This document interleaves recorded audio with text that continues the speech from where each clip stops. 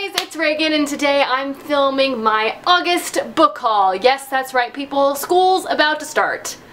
I'm sorry for the both of us. So as many of you may or may not know, I was out of the country for the large portion of the month of August. I was traversing around Europe. It was beautiful. I saw a lot of beautiful things, and then I came back to America and had McDonald's. But because I was abroad, I didn't pick up like a lot of books, but don't worry, I still have a lot of books to show you. But what I'm trying to say is, I was good this month.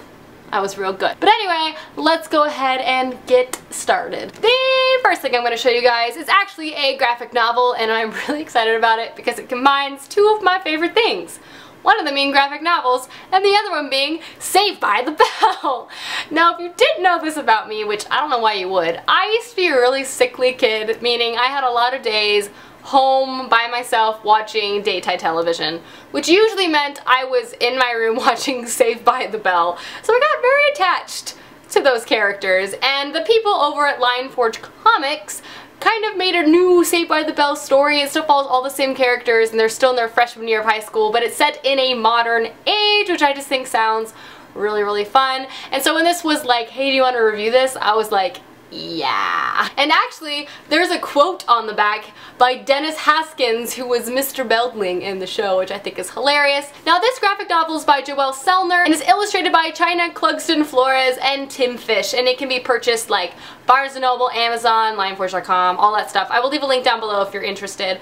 But yeah, I got this for review. It's gonna be great. The next four books I'm gonna show you guys are the ones I got from the book outlet, and the first one is The Goldfinch by Donna Tartt. You're probably wondering, Reagan, where's the dust jacket? Well, I got this guy scratch and dent, which means it was super cheap, like even cheaper than normal book outlet prices, but you're kind of gambling and rolling the dice on if you're gonna get a dust jacket or not. And I have been so lucky. I always got a dust jacket, but this time, not so much. But regardless, I'm still really excited to read this book. This won the Pulitzer Prize last year? Maybe the year before.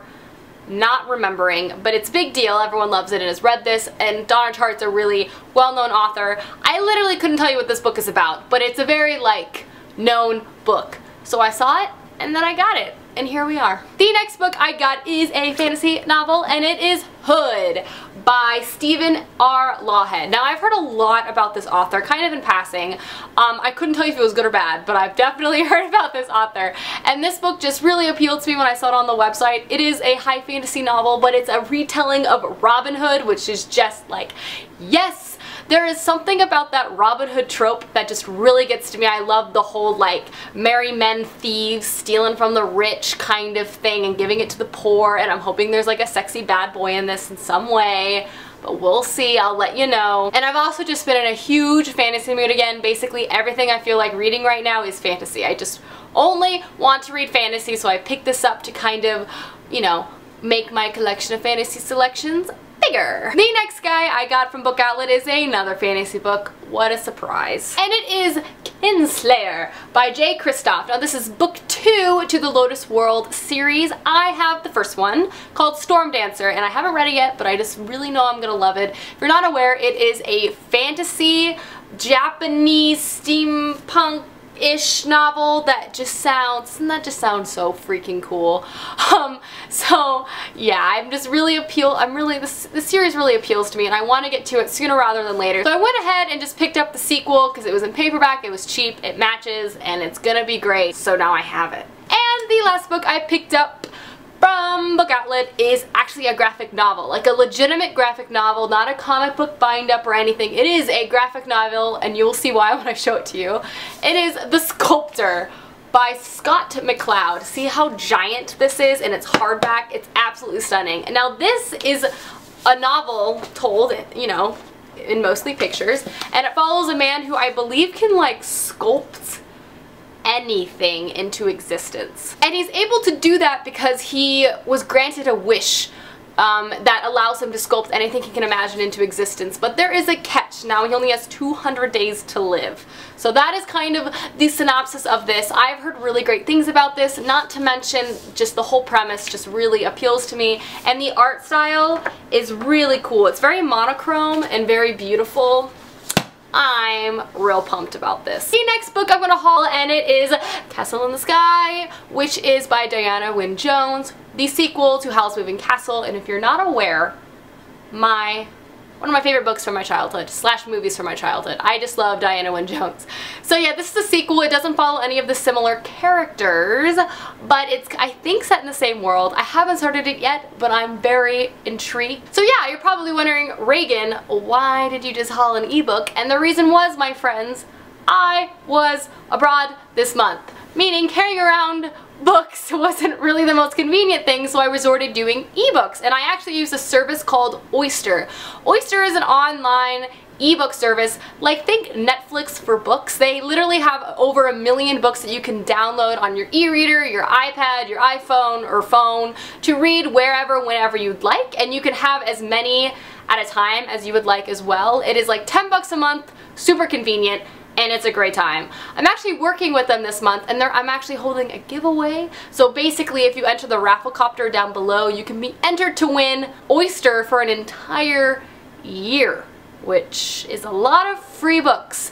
But never fear if you don't win. I also have a special link. If you click it, you can get 3 months of Oyster for only 99 cents, which is pretty cheap too. But yeah, so yeah. The next book I'm gonna haul, I picked up at VidCon. A couple of my friends and I went to the Barnes & Noble, and I was like, I'm gonna buy you.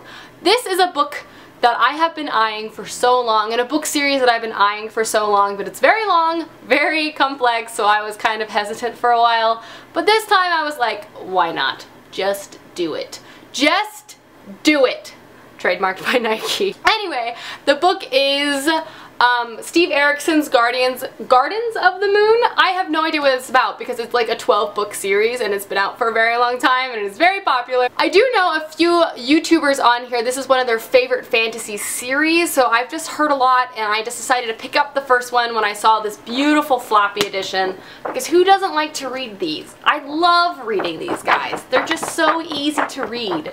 But yeah, I was definitely intrigued and had a weak moment, and I picked this up. And I really want to read it soon because, like I mentioned previously in this video, I'm in a huge fantasy kick, and this just sounds really awesome. The next couple things I'm going to show you guys are all part of my Percy pack for the month of August. They were sent to me by Disney Hyperion in honor of Percy Jackson's birthday, because who doesn't love Percy Jackson?